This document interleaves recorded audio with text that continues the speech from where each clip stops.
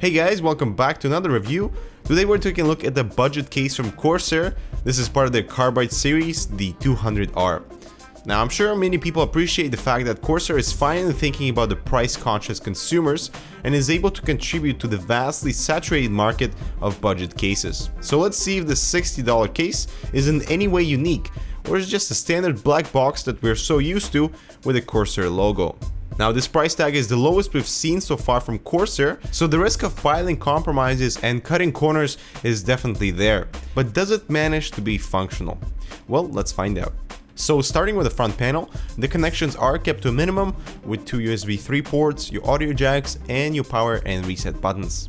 Then we have three 5¼ inch drive bays, and below that, unfortunately, a closed front intake pulling air from each side through the venting strips that have a built-in dust mesh. Now Corsair includes a front 120mm intake, although I would like to see mounting options for a 140mm fan just to have a little more cooling potential. And an additional 120mm fan can be installed right below to cool the drive cage. However, as you can see, there isn't much opening for the airflow. Now the front panel is easily removable, and we have this brushed aluminum look on the plastic. It's a very convenient way to add style to the chassis without paying the premium. And moving to the top, we have dual fan support for 120 and 140mm fans with pre-installed rubber grommets, which is always a bonus. Unfortunately, no dust filters here, but we can't have it all at this price point. The side panel can house dual fans as well, with this vertical alignment for cooling your GPU and your CPU. And looks like the rubber grommets are also included here. Great to see these on such a value case. And we have a typical scene at the back, 120 exhaust, I/O area, 7 expansion slots with venting holes, and the bottom mounted power supply with a removable dust filter. The case is also slightly elevated with rubber feet. This will allow your power supply to breathe and prevent the chassis from wobbling and make it a little more stable. Alright, so far so good, no major issues yet. Let's dive inside and see how it handles with our usual gaming assembly.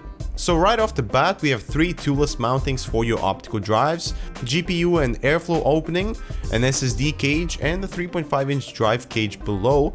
All are toolless and extremely easy to work with. The SSD cage can house 4 drives. They simply slide in place and are held in by clips on each side, and you can also secure them by screws so they're not going anywhere. And this would actually work really well for a RAID configuration. One thing though are the cables facing inside that will add a bit to the cable clutter.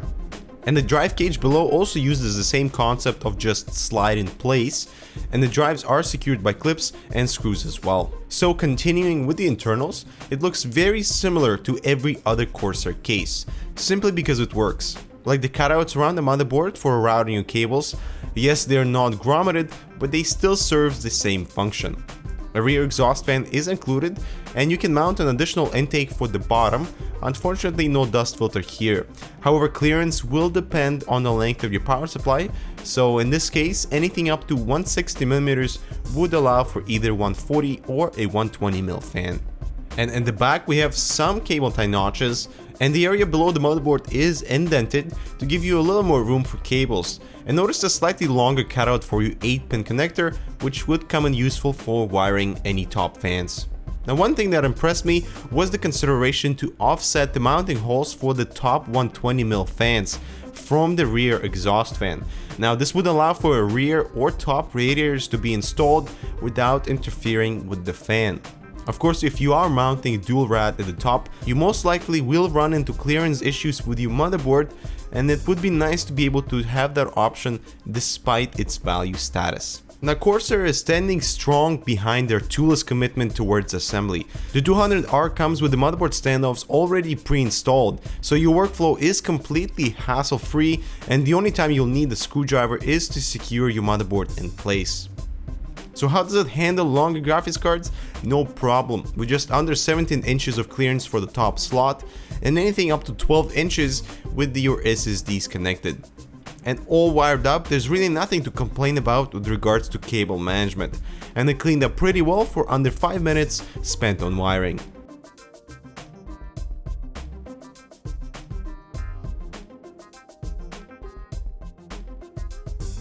So to wrap it up, the new Carbide 200R offers great value for a mid-tower. We have easy toolless workflow, excellent drive gauge, support for long graphics cards, and direct airflow into the motherboard area.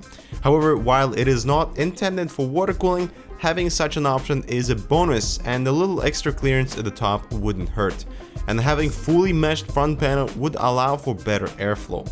But as I've said already, the 200R serves as an excellent entry-level budget gaming chassis with great functionality that offers pretty much everything we want and deserves a damn good value award. So I hope you guys enjoyed the review, and we'll see you in the next one.